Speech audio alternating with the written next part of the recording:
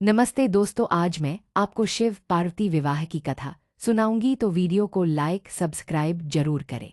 जब सती के खुद को योगाग्नि में भस्म कर लेने का समाचार शिवजी के पास पहुंचा, तब शिवजी ने वीरभद्र को भेजा।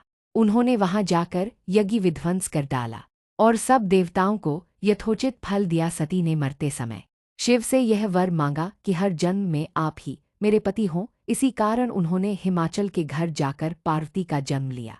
जब से पार्वती हिमाचल के घर में जन्म, तब से उनके घर में सुख और संपत्तियां छा गई। पार्वती जी के आने से पर्वत शोभायमान हो गया। जब नारद जी ने ये सब समाचार सुने तो वे हिमाचल पहुंचे। वहां पहुंचकर वे हिमाचल से मिले और हंसकर बोले, तुम्हारी कन्या गुणों की खान है। यह स्वभाव से ही सुंदर, सुशील और शांत है। यह कन्या सुलक्षणों से संपन्न है। यह अपने पति को प्यारी होगी। अब इसमें जो दो चार अवगुण है वे भी सुन लो। गुणहीन, मानहीन, माता पिता विहीन, उदासीन, लापरवाह, इसका पति नंगा, योगी, जटाधारी और सांपों को गले में धारण करने वाला होगा। यह बात सुनकर पार्वती के माता पिता चिंतित हो गए। उन्होंने देवर्षि से इसका उपाय पूछा। तब नारद जी बोले, जो दोष मैंने बताए मेरे अनुमान से वे सभी शिव में है। अगर शिवजी के साथ विवाह हो जाए तो ये दोष गुण के समान ही हो जाएंगे। यदि तुम्हारी कन्या तप करे तो शिवजी ही इसकी किस्मत बदल सकते हैं। तब यह सुनकर पार्वती जी की माँ विचलित हो गई। उन्होंने पार्वती के पिता से कहा, आप अनुकूल घर में ही अपनी पुत्री का विवाह कीजिएगा, क्योंकि पार्वती मुझे प्राणों से अधिक प्रिय है। पार्वती को देखकर मैना का गला भर आया। पार्वती ने अपनी माँ से कहा, माँ, मुझे एक ब्राह्मण ने सपने में कहा है कि जो नारद जी ने कहा है तू उसे सत्य समझकर जाकर तप कर। यह तप तेरे लिए दुखों का नाश करने वाला है। उसके बाद माता पिता को बड़ी खुशी से समझाकर पार्वती तप करने गई।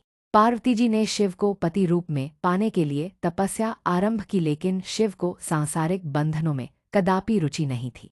इसलिए पार्वती जी ने अत्यंत कठोर तपस्या की ताकि शिव प्रसन्न होकर उनसे विवाह कर ले। जब सप्तर्षि सती की परीक्षा लेने गए, सप्तर्षि ने पार्वती से जाकर पूछा, तुम किसके लिए इतना कठिन तप कर रही हो? तब पार्वती ने सकुचाते हुए कहा, आप लोग मेरी मूर्खता को सुनकर हंसेंगे। मैं शिव को अपना पति बनाना चाहती हूँ। पार्वती की बात सुनकर सभी ऋषि हंसने लगे और बोले कि तुमने उस नारद का उपदेश सुनकर शिव को अपना पति माना है, जो सब कुछ चौपट कर देता है। उनकी बातों पर विश्वास करके तुम ऐसा पति चाहती हो जो स्वभाव से ही उदासीन, गुणहीन, निर्लज्ज, बुरे वेश वाला, बिना घर बार वाला, नंगा और शरीर पर नागों को धारण करने वाला है। ऐसे वर के मिलने से कहो तुम्हें क्या सुख मिलेगा। अब हमारा कहा मानो, हमने तुम्हारे लिए बहुत अच्छा वर चुना है। हमने तुम्हारे लिए जो वर चुना है वह लक्ष्मी का स्वामी और वैकुंठपुरी का रहने वाला है। तब पार्वती उनकी बात सुनकर बोली, कहा है कि मेरा हठ भी पर्वत के ही समान मजबूत है। मैं अपना यह जन्म शिव के लिए हार चुकी हूँ। मेरी तो करोड़ जन्मों तक यही जिद रहेगी। पार्वती की यह बात सुनकर सभी ऋषि बोले, आप माया हैं और शिव भगवान है। आप दोनों समस्त जगत के माता पिता हैं। यह कहकर सप्तर्षि पार्वती को प्रणाम करके वहां से चले गए। पार्वती जी की दृढ़ निष्ठा ने जीत लिया शिवजी का मन। वर्षों तपस्या करने के बाद एक दिन पार्वती जी के पास एक ब्रह्मचारी आया। वह ब्रह्मचारी तपस्विनी पार्वती का आग्रह स्वीकार करने से पूर्व बोल उठा, तुम्हारे जैसी सुकुमारी क्या तपस्या के योग्य है? मैंने दीर्घकाल तक तप किया है, चाहो तो मेरा आधा या पूरा तप ले लो, किंतु तुम इतनी कठिन तपस्या मत करो। तुम चाहो तो त्रिभुवन के स्वामी भगवान विष्णु भी पूर्णविराम। किंतु पार्वती ने ऐसा उपेक्षा का भाव दिखाया कि ब्रह्मचारी 2 क्षण को रुक गया।